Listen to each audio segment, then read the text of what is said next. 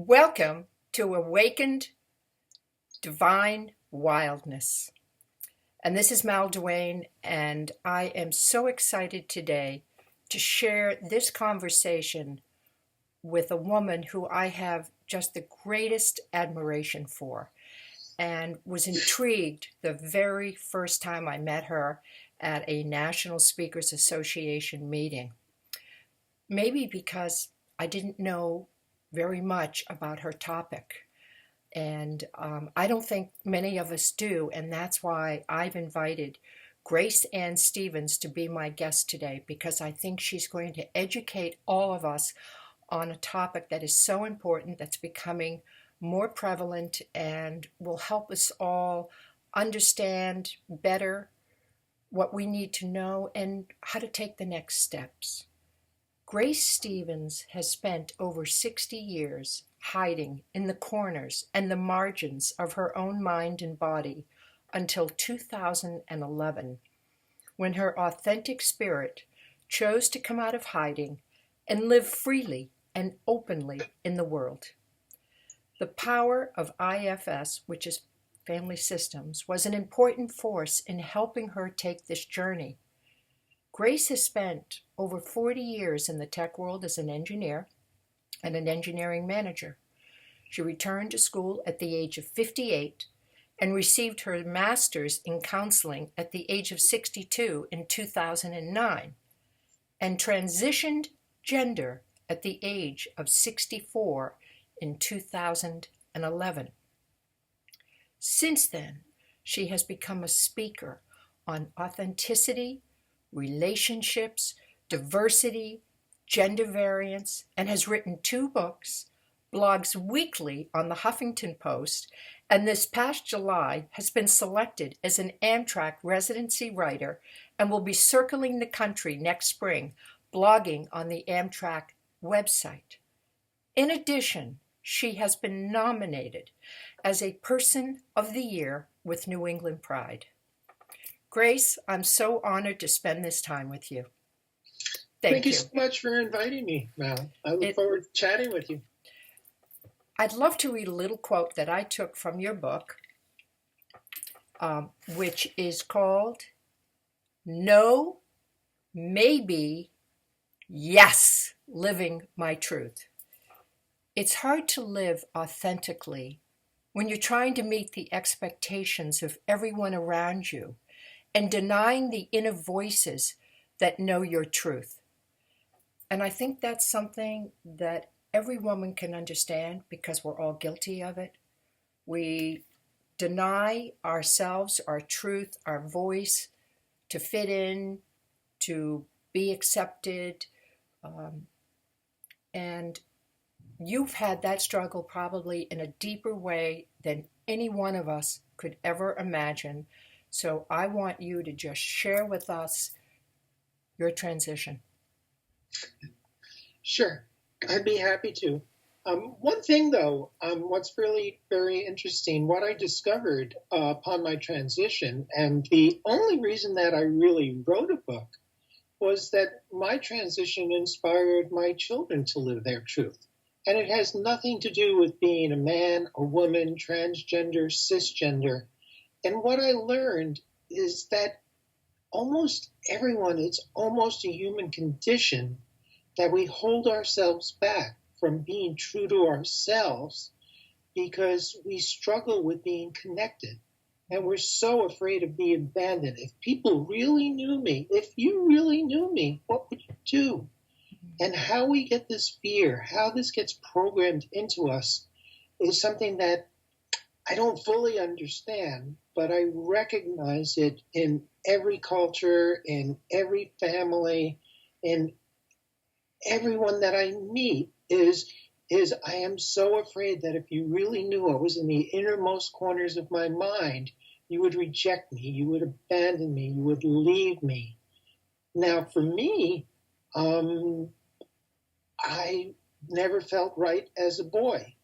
At the earliest ages of 5, 6, 7, 8, it seemed like something wasn't right. How I appeared in the world wasn't matching what the girls were doing, or, just how I felt about myself. And I could not even begin to share that with anyone. Somehow I knew back in the 50s, you don't talk about this. It's not something that's for public consumption. How painful was that as a child to feel this disconnect that something wasn't right, that you're in this body and emotionally, mentally, things just aren't all coming together for you? I've never used the word painful. I've used the word confusing. Oh, It okay. was totally, totally confusing. I look at it as I was confused. I couldn't tell anybody about it because there was enough fear in me that said, you'll be a sissy. You're not a boy, and that would have fear of not belonging and not just, then there's shame on top of it that buries into me and to many people. So you hide. When I talk about hiding in the corners of my mind, it was all of these thoughts were running around inside me and never could be articulated to the outside world. Did your parents notice anything was going on with you that, were there signs that they could pick up on that things weren't right? I don't think that they ever had a clue about it. Part of the thing, part of my upbringing is my father was not home a lot, and the few times he would play ball with me, he never taught me how to play ball. But then he would say, "You throw like a girl," and like parts of me, and I talk about it in the book, are saying yes, and part of me saying no. I'm saying, of course I throw like a girl. I am a girl. But it didn't feel right because to the outside world, no, I was a boy. And, I had to learn how to play ball on myself. I had to do that. And it was, how would I ever be good enough for my father, while he's not paying all that much attention to me. But there was nothing that I was doing that would give any indication to the outside world, to my parents, that there was anything going on with me. Did you understand what was going on with you as you started to mature? Did you start to connect the dots? No way. I mean, the strangest thing, and I tell this story over, and it's not an uncommon story within the trans community. Certainly growing up in the 50s and getting to be a teenager in 1960 and growing up in the 60s, when I hit puberty, I was attracted to girls. Okay? And it was the early days of Playboy magazine. And my mother was so excited that I'd go buy Playboy. She had nothing against it. She says, yes, look at pinups. That's great. Look at pinups. And I say that when I used to look at the Playmates, it was so confusing because I wanted the Playmate and I wanted to be the Playmate at the same time. So my sexual orientation was attracted to women. My hormones, puberty, is okay. That's what I'm attracted to. Why do I feel like I'm not a man? Why do I feel like a woman? And that level of confusion kind of makes your head explode and can't share with anybody. At that time in the 60s, it's like, well before the gay movement, the gay lesbian movement, and gay was queer. And it's really interesting now that queer has a different meaning than it did back 50 years ago. And the kids today use queer as a name of power. And to me, it was a name of fear and separation. And one of the blogs that I wrote recently is that now when I talk to young people, to teens and to college kids, I can use their definitions, even though I get triggered on it. I'm learning to deal with the trigger and say that times have changed. So I can learn how to do it over time change, but it's taken me the last few years to kind of learn that the language and the usage has changed around the word queer. But back in the 60s, there was no way I could have somebody label me that. And I knew I wasn't attracted to men, so it didn't fit. But there was no language, there was no words to describe what I was feeling. So you're living with all these feelings, this confusion, Mm-hmm. no one to talk to about it, and yet you keep on living your life in that male body. Mm-hmm. You get married, you have children, because Mm-hmm. I heard your speech and at NSA about the support that your children have given you, which was just so beautiful. So now take us to when you're in your 20s and your 30s, and you've got this confusion, and you get married. So, like many other, I'm attracted to women, and I didn't want to be alone, and I got married. Okay, it seemed like the right thing to do, and like many people, I purged the suitcases full of women's clothes, and saying, "Okay, I'm getting married, and it's done, and it's over." And I learned, like many people do, it's not over. It doesn't go away.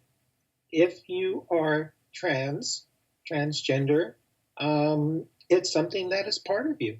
You know, there's a great saying that I use. I didn't originate it, but people do not have a choice in being transgender. They do have a choice of what they do about it.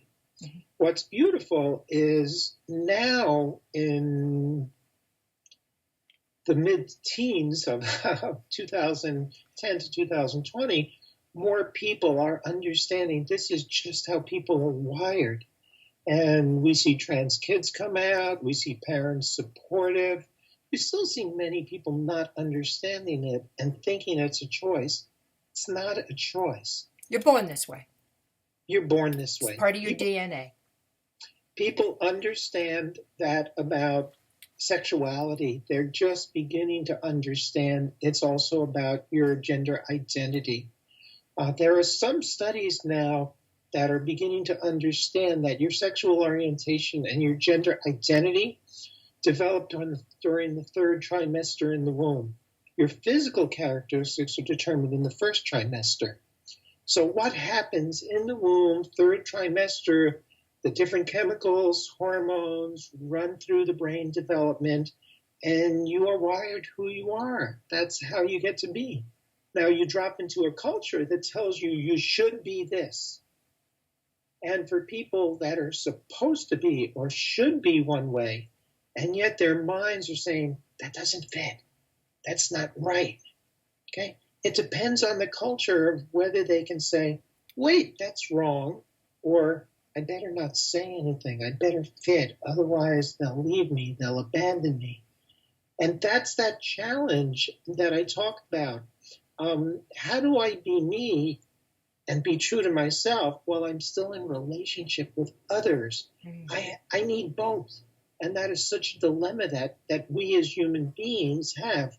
I need to be unique. I need to be differentiated. And yet I need connection. I need to be touched.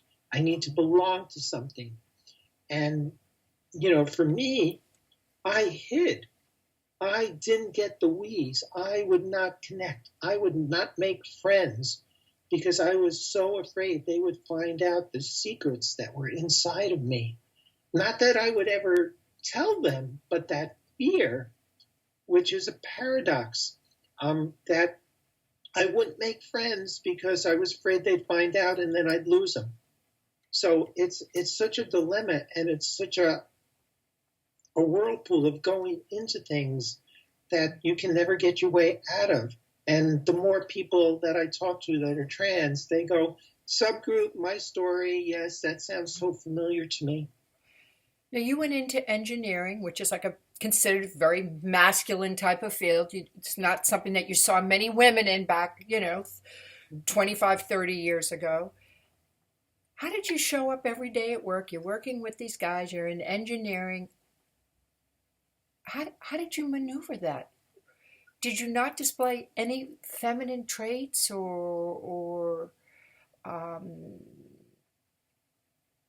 anything that somebody would have picked up on or noticed or So the 70s were great because glam rock was out there. Bell-bottom pants, platform shoes, Right. leisure suits. I made leisure suits, and I went to work in leisure suits and platforms and let my hair grow. I love it. Thought I was the oddball out of like all of these white shirt, ties, crew cut engineers. I was the kid that he's pretty different, but he knows how to design computers, so it's okay, I think. Okay. Brilliant. So who cares what he wears, right? I'll show you some pictures sometime. Oh, I'd love to see them. And Yeah. your personal and intimate relationship with your wife, did she have inklings? Did she ask questions? Did she suspect, wonder? So my ex-wife never knew. I never told anybody. No one was ever, knowledgeable about what I did and who I was. And that was part of the challenge for me. I suppressed feelings, and by not really being true to myself, keeping my feelings inside. One thing that I talk about is in the engineering world, and it expands to many other worlds, there's this concept called triple constraints, that there are things that sometimes you have choices of three things to do, and many of the places on triple constraints is you can do two, but not a third. And in terms of feelings, I talk about the triple constraints about doing, being, and having. And I was very good at doing, and I was very good at having. I was not so good at being, of really understanding who I am, being able to speak for I feel. I'm trained as an engineer, so I can say I think. I'm very cognitive. One of the jokes that I say, and it's kind of true, is I transition gender. That's easy compared to going from a type A engineering manager to a counselor. So a type A engineering manager, do it the way that I want you to do it. Make sure you get it done. It's going to be right or wrong. And a counselor is somebody that is not really telling people what to do, but really listening and reflecting. That's a bigger transition for me than even changing gender. Oh my gosh. I love it. Yeah. So, how many children do you have? Is it two boys? I have two boys and a girl. They're all in their 30s. Mm-hmm. My boys are married. I have two grandchildren, a boy 2.5, and my granddaughter's 5. I've lost no one in my life. No, I know your children, they're so close to you, and they understand completely that you needed to make this transition, that you needed to do this for your own happiness. And the way that you tell that story. But they never saw anything, even as they grew up. So you basically hid this, really, not like some of the other transgender people that I've heard of recently. There's been people in the news that there were breadcrumbs on the trail. So people were like, well, I did see that behavior. I did see the clothing. There were, little pieces along the way that they picked up on. But you really hid it. I really hid it. But one thing that's really important for both you and anyone listening to learn is there is no one single way to be transgender. There is no right way to be transgender. Right. Everybody goes down their own unique path and their own unique story of how they do it. Some people feel that they can't live without it. Some people are so constrained that they will leave and transition when their kids are young. Some people do self-harm. They attempt suicide. They kill themselves. They will be angry. They will be hyper-masculine if they're male to female, to hide it. And remember that transgender and gender variance, which I prefer using gender variance, It's equal opportunity. It impacts all people, all cultures. It's been here throughout history. And it's not only male to female, it's female to male. And there are many people and young people now that are called gender fluid, in that they are rejecting the notion of gender. They're not sure, and it's not a big deal for them.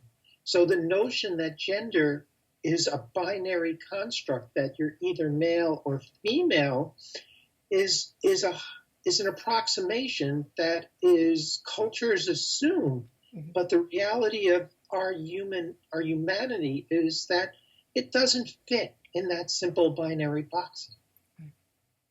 Different experience for each individual. Absolutely. I guess because I'm not as versed in it, I would have thought that somewhere along the line, when you're living your life and you're not living it authentically, mm-hmm. that you're going to display things that people are going to pick up on and go, oh, what was that? Or that was odd. But no, you just kept it very contained, but suffered. You suffered inside because you knew you wanted to be somebody else. I suffered, but I contained it because I didn't want anyone to find it out. And it was always that balance of, how do I deal with it and how do I hide it and what do I do? Let me ask you a question that mm-hmm. said, engineers. Let's talk about engineers and counselors for a second. Uh-huh. Give me a few, what you think would be personality characteristics of an engineer. Oh, you described it. Very type A, rigid, excessively detailed-oriented. Arrogant. Oh, very. I've sold houses to engineers, and when I used to get an engineer, I'd cringe because I'd say, this is never going to work out. The house is never going to meet their expectations. They were so detailed. They were perfectionists, and they expected perfection. And if it wasn't, they became arrogant, obnoxious, really very hard to deal with. So, and these are generalities. So there yes. are some engineers who don't follow mm-hmm. that, but that's a group of generalities. Right. Okay. I was very good at that, at being arrogant and obnoxious and detailed and doing that. And in some sense, those were protectors that would say, stay away. I would be dying for come close, but don't get too close. Mm-hmm. Come close, don't get too close. Right. Because I couldn't let you in. So I was dying, and the choice was, I will not get close to people. I will not join things. Okay. Now, for me, I'm a speaker, I'm an author, I'm effectively a public transsexual, transgender woman. Mm-hmm. You might say professional, right? So I'm out there. I can't hide. I'm choosing not to hide. There are some people that transition that want to continue to hide and not be seen as that. They just want to go on in their life and be who they are without talking about it. For me, my work is to be out there and let people see me, ask questions, and just as you're doing right now, hopefully learn something about me, but also learn there's no one way to be transgender, just as the same way for you. There's no one way for you to be a woman. There's no one way for you to be a person. What liberated you, Grace? What was that turning point that you said, I'm ready to change? I think that I got divorced in 2001 after 25 years of marriage, and it still took me 7 or 8 years to come to terms that all these feelings in my head I was wired that way. It took, from 2001 to 2007, 2008, as I'm learning more and more about the gay movement, the lesbian movement, and the idea that people are just wired that way, to finally accept that me being trans was just my wiring. Mm-hmm. And then for me, the hardest decision for me on deciding to transition was my kids who are already adults what if they rejected me and abandoned me? And that took me about a year to work through that said, I'm in my 60s. My kids are all on their own. I want to finish my life living true to myself. And if my kids decide that by me doing that and living true to myself, if they decide they don't want to be part of me, it would be really bad. It would suck. But that would be their life's journey. And I had to move on my journey. And I decided I would go forward. One of the things that I now teach everybody is that if you're planning on transitioning, you need to be prepared to lose everything and everyone in your life. It may or may not happen, but you do need to be prepared for that. And if you prepare for that and still feel you have to live your truth, then you should move forward. Now, if you move forward and you do lose things, you're not a victim of circumstance. This is where you made the choice to be true and be authentic. And you can't control what other people do or what other people think. And as I kept learning that and as I kept moving forward, I kind of learned that this is actually things people don't articulate and know. And that's why it's gone into my writing, my teaching, my speaking. I ask the question, what's the one thing you control in your life? And the answer that I say, whatever people tell me, I say, I only accept one answer. And the answer is, the only thing you control in your life is what you choose to give to others. Okay. Yeah. That's it. Yeah. And I've heard the story, but I want the listeners to hear it from you. Mm-hmm. How supportive your children have been, how they have embraced grace fully. My kids are awesome. Did you have a question? Nope. My kids are awesome, and I love that my youngest son, I'm actually going to go visit him next week. He's working in Lake Placid at a boarding school. And I love when he just, like, when we're out, he goes, Dad! Or my daughter goes, Dad, when I'm stupid. I say, yes, I'm their dad. And it's always a teaching moment there. I think my sense is that by being true to myself, it's really allowed my kids to say, I'm not really living the life that I really wanted to do. And it's okay for me to make decisions to live the life that I wanted to do. My youngest son was married. He had a house. He was teaching in Tucson. And he realized that he felt that he was constrained and locked down and needed to be outdoors more.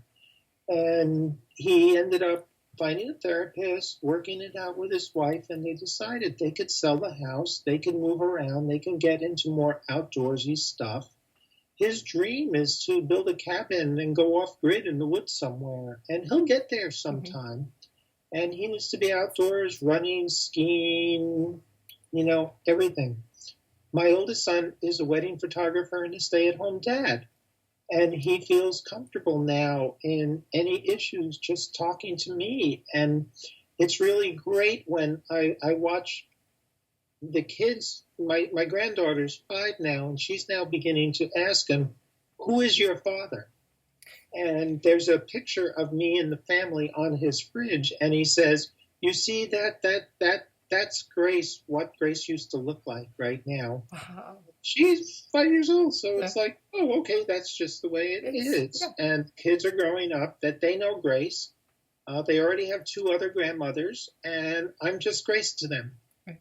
And from my perspective, they can call me anything they want. I don't have an agenda.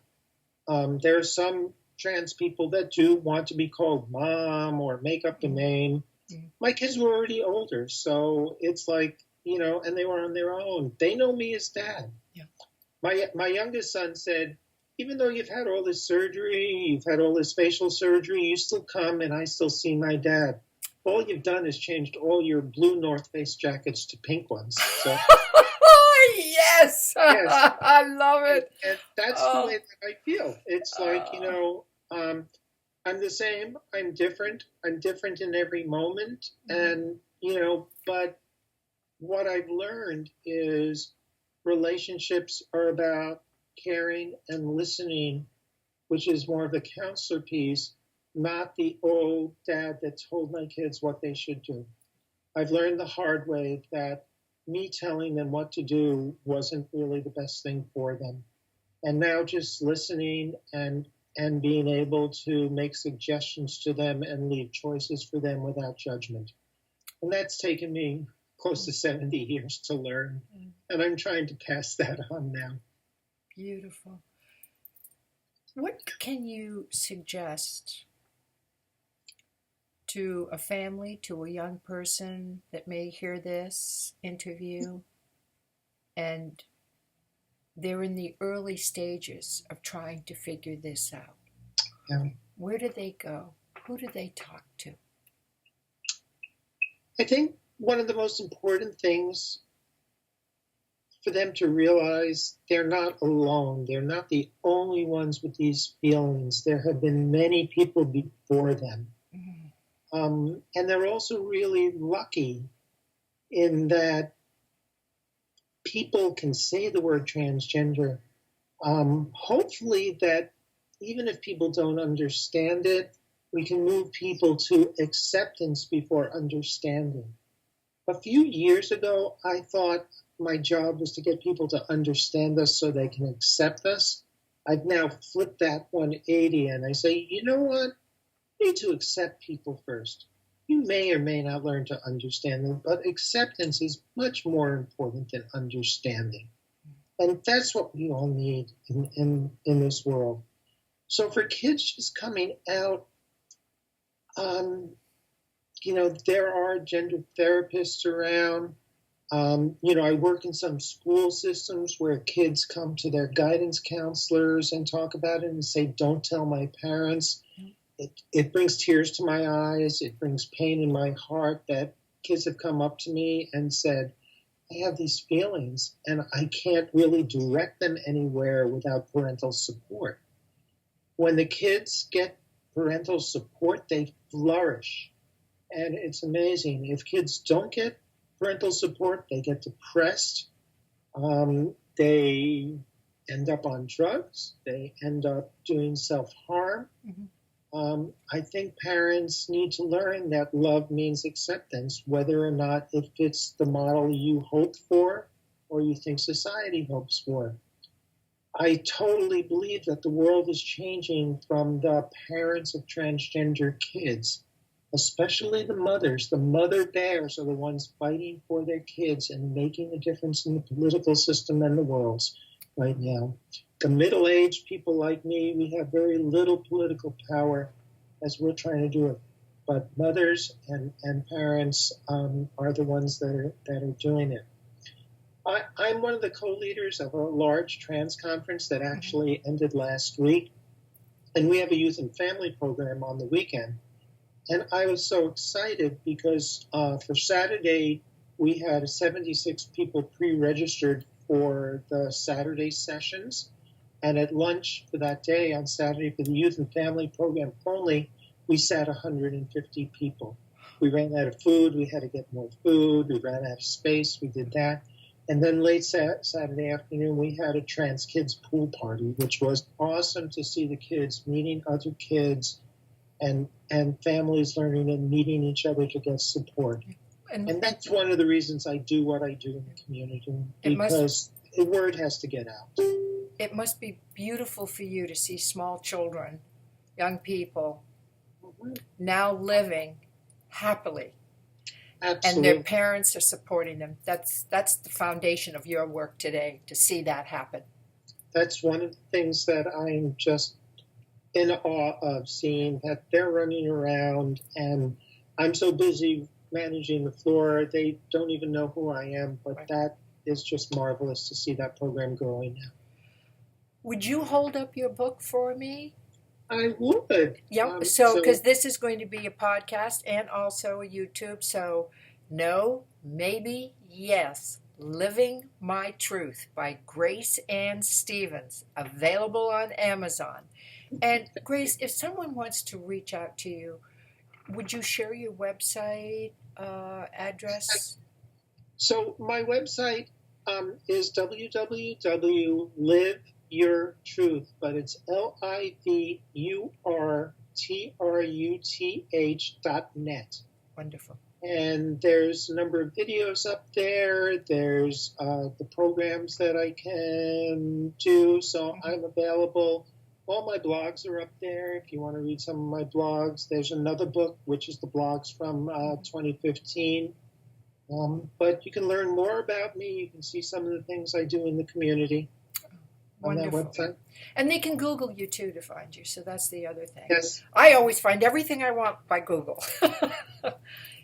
Bless you. It's just such an honor to spend this time with you. But I'm just in awe of what you're doing to help others because as you said, it's confusing. Really confusing. And remember, the key is acceptance. Yep. Don't let the confusion get in your way. Be curious, but also sometimes people are afraid to ask questions because they're afraid that they may trigger someone. Mm-hmm. So one of the things I teach is ask your question, but if you ask me a question that I'd be uncomfortable with, mm-hmm. I could say, that's a great question. I'm really just not comfortable answering that right now. So if I don't get triggered by that and you don't get triggered by my response, we can still be in conversation and still learn more about each other. That's wonderful. Well, you are absolutely living authentically, and that's what all my work is about, and helping women to step up and not be afraid and step into their power and be who they're meant to be. And I love you for doing that. Thank you. And right back at you. So great to see you. Thank you so much. Thank you, Mal. Bless you. Bye. Bye.